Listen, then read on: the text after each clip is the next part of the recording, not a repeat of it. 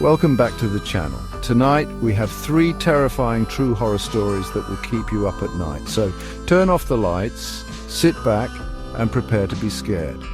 These stories come from the dark corners of our world, whispered from one soul to another, each a chilling reminder that the line between reality and nightmare is thin indeed. Are you ready to cross that line? Then enter with me into the shadows if you dare.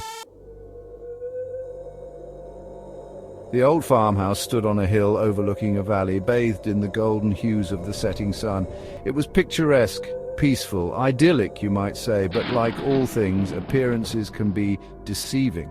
The Harper family, eager for a fresh start, bought the old farmhouse, unaware of the darkness that had taken root within its aging timber and stone. The first few weeks were uneventful. The family, John and Mary Harper, and their 2 children, 10-year-old Emily and 8-year-old Sam, settled into their new home. But the peace was not to last. It began subtly, almost imperceptibly. Footsteps creaking on the stairs long after everyone was asleep. The scent of lavender perfume wafting through the house, though no one in the family used it. Then things escalated. Doors began to slam shut on their own. Objects would move inexplicably. Emily's toys would activate in the dead of night, their cheerful tunes now warped and distorted in the silence. One particularly chilling evening, Mary was rocking Emily to sleep when she heard Sam screaming from his room. Rushing in, she found him cowering beneath his blankets, eyes wide with terror. "There's something in the closet!" he cried, pointing a trembling finger at the old wooden door. John, ever the pragmatist, checked the closet, finding nothing, of course. But the fear in his son's eyes mirrored the growing unease in his own heart. As days turned into weeks, the activity intensified. One night, Mary awoke to a bone-chilling cold and the feeling of being watched. She opened her eyes to see a shadowy figure standing at the foot of the bed, its eyes glowing with an unnatural light. She screamed. The figure vanished instantly. John, awakened by her scream, tried to rationalize it away as a bad dream, but Mary knew what she had seen. The family was being haunted. Terrified for their safety, the Harpers decided to seek help. They contacted a renowned paranormal investigator, a man known for his level-headedness and experience with the unknown. The investigator, a somber man named Mr. Davies, arrived at the farmhouse with his equipment. He could feel it the moment he stepped inside, a heavy, oppressive energy that clung to the very air. He began his investigation, setting up cameras and recording devices in the most active areas of the house. As darkness fell, the true horror of the farmhouse revealed itself. The cameras captured chilling footage of objects moving on their own, doors opening and closing with violent force, and the shadowy figure, now more distinct, gliding through the hallways. The audio recordings were even more disturbing, voices whispered from empty rooms. Disembodied laughter echoed through the hallways, and guttural growls sent chills down their spines. Mr. Davies, after reviewing the evidence, believed the farmhouse was haunted by the spirits of a family who had met a tragic end within its walls. He performed a cleansing ritual, hoping to appease the spirits and bring peace to the troubled home. For a while, it seemed to work. The paranormal activity lessened, the oppressive atmosphere lifted slightly, but the peace was short-lived. One night, Emily woke up to the sound of her name being whispered. She opened her eyes to see the shadowy figure standing over her, its glowing eyes burning into hers. Terrified, she screamed for her parents, but it was too late. The figure reached out its ethereal hand, and the family fled the farmhouse that night, leaving behind their belongings and their sanity. The old farmhouse still stands on that hill, a silent monument to the horrors that unfolded within its walls. Some say the shadowy figures and the whispers can still be seen and heard if one is brave enough or foolish enough to spend a night within its cursed embrace. But be warned, for the horrors of the old farmhouse are not easily forgotten. The campfire crackled merrily, casting dancing shadows against the towering trees. Laughter echoed through the forest clearing as 4 friends, college students on a much-needed break, shared stories and sipped lukewarm beer. They were young, carefree, and blissfully unaware of the unseen eyes watching them from the depths of the woods. The friends, Mark, Jessica, Chris and Emily, had been planning this camping trip for weeks, eager to escape the pressures of exams and city life. They had chosen a secluded spot deep within Blackwood Forest, a place known for its beauty and tranquility.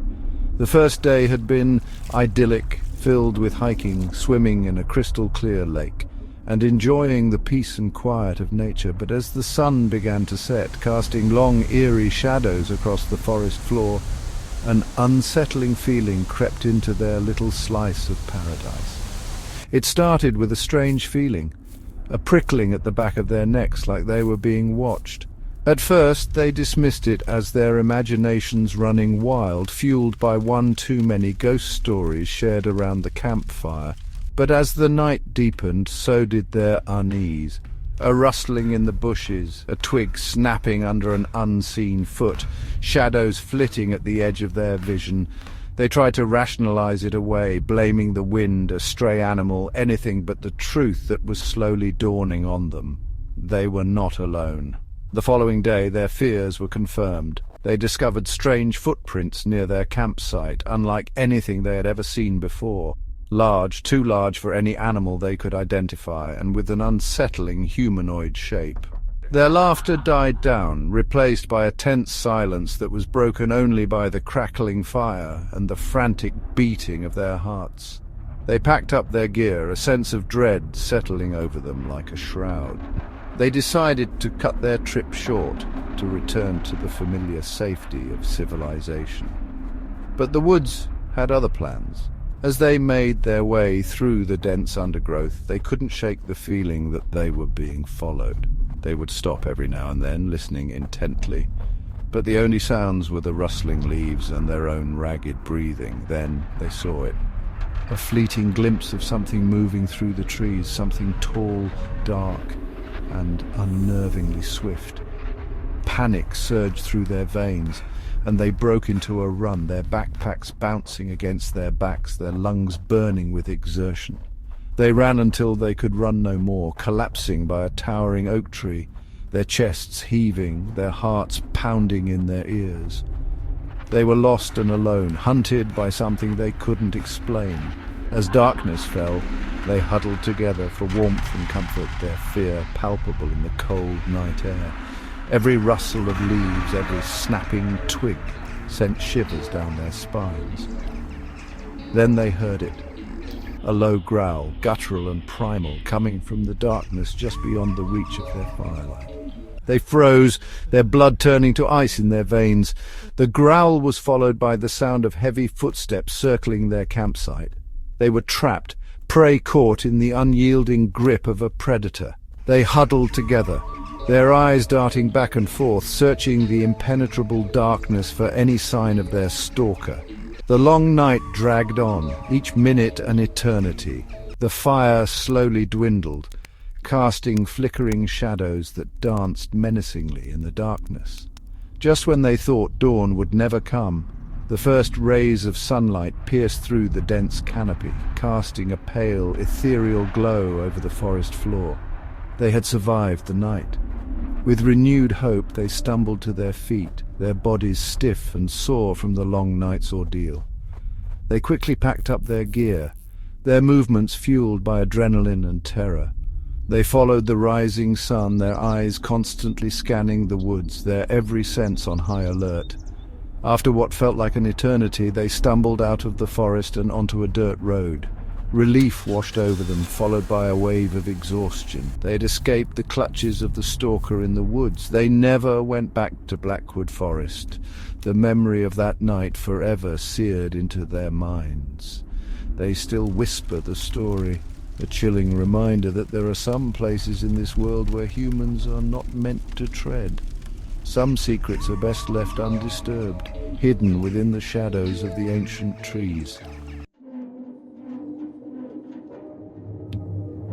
The iron gates creaked open, a rusted, mournful sound that echoed through the stillness of the abandoned hospital grounds.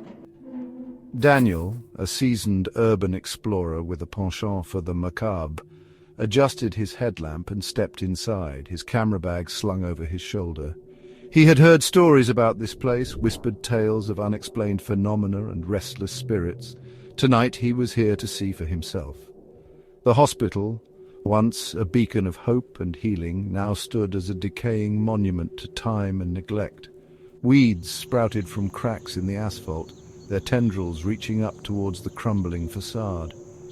Windows, long since boarded up, stared back at him like empty eyes, their glass panes coated in layers of dust and grime. A palpable silence hung in the air, broken only by the distant cawing of crows and the pounding of his own heart. Stepping through the shattered remains of the main entrance, he was greeted by an eerie tableau. Medical equipment lay strewn about, rusted and covered in dust. Gurneys, their leather straps cracked and torn, lined the hallways, their wheels frozen in time. The air was heavy with the smell of decay, a pungent aroma of disinfectant and something far more sinister. He moved through the deserted corridors, his headlamp cutting through the oppressive darkness, illuminating snippets of the past.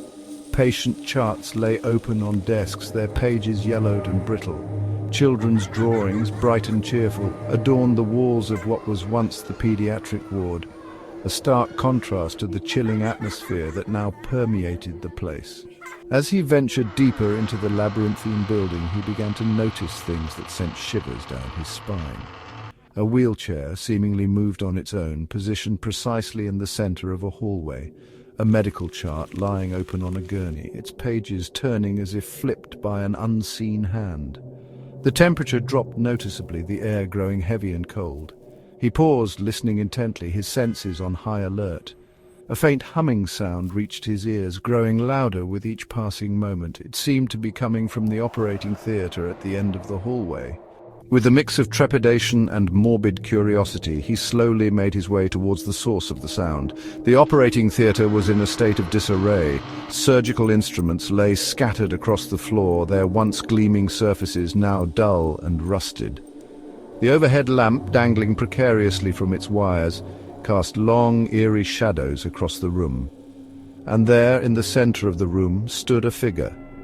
His heart pounded in his chest as he lifted his camera, his finger hovering over the shutter button. The figure was that of a woman dressed in a faded nurse's uniform. Her back was to him, her head bowed slightly as if in prayer. The humming sound seemed to be emanating from her, a low, mournful drone that sent chills down his spine. He cleared his throat, his voice a raspy whisper in the stillness. "Hello?" The figure didn't respond. It simply continued to hum, its voice growing louder, more insistent. He took a step closer, his hand trembling slightly as he reached out to touch the figure's shoulder. As his fingers brushed against the fabric of her uniform, the figure turned, and he gasped in terror. The nurse's face was ashen, her eyes hollow sockets that stared through him. Her mouth was open in a silent scream, revealing rows of decaying teeth. The humming sound intensified, morphing into a blood-curdling wail that seemed to shake the very foundations of the building. He stumbled back, his camera falling to the floor with a clatter. He turned and ran, his heart pounding in his ears, the spectral wail of the ghostly nurse echoing behind him. He didn't stop running until he burst through the decaying doors of the hospital, back into the relative safety of the night. As he stood there, catching his breath, his gaze fell upon the abandoned hospital, its silhouette stark against the moonlit sky. He could have sworn he saw a figure standing in one of the windows, its pale face illuminated by an eerie internal glow. He knew then that some places are best left undisturbed, their secrets buried beneath layers of time and decay. If you enjoyed these stories, don't forget to like, share and subscribe for more terrifying tales. And remember, sometimes the scariest stories are the ones that are true. Good night and stay safe. Sleep well if you can. The darkness holds many secrets, and sometimes those secrets whisper back. Until next time, keep a light on and remember, the things that go bump in the night, they're always listening.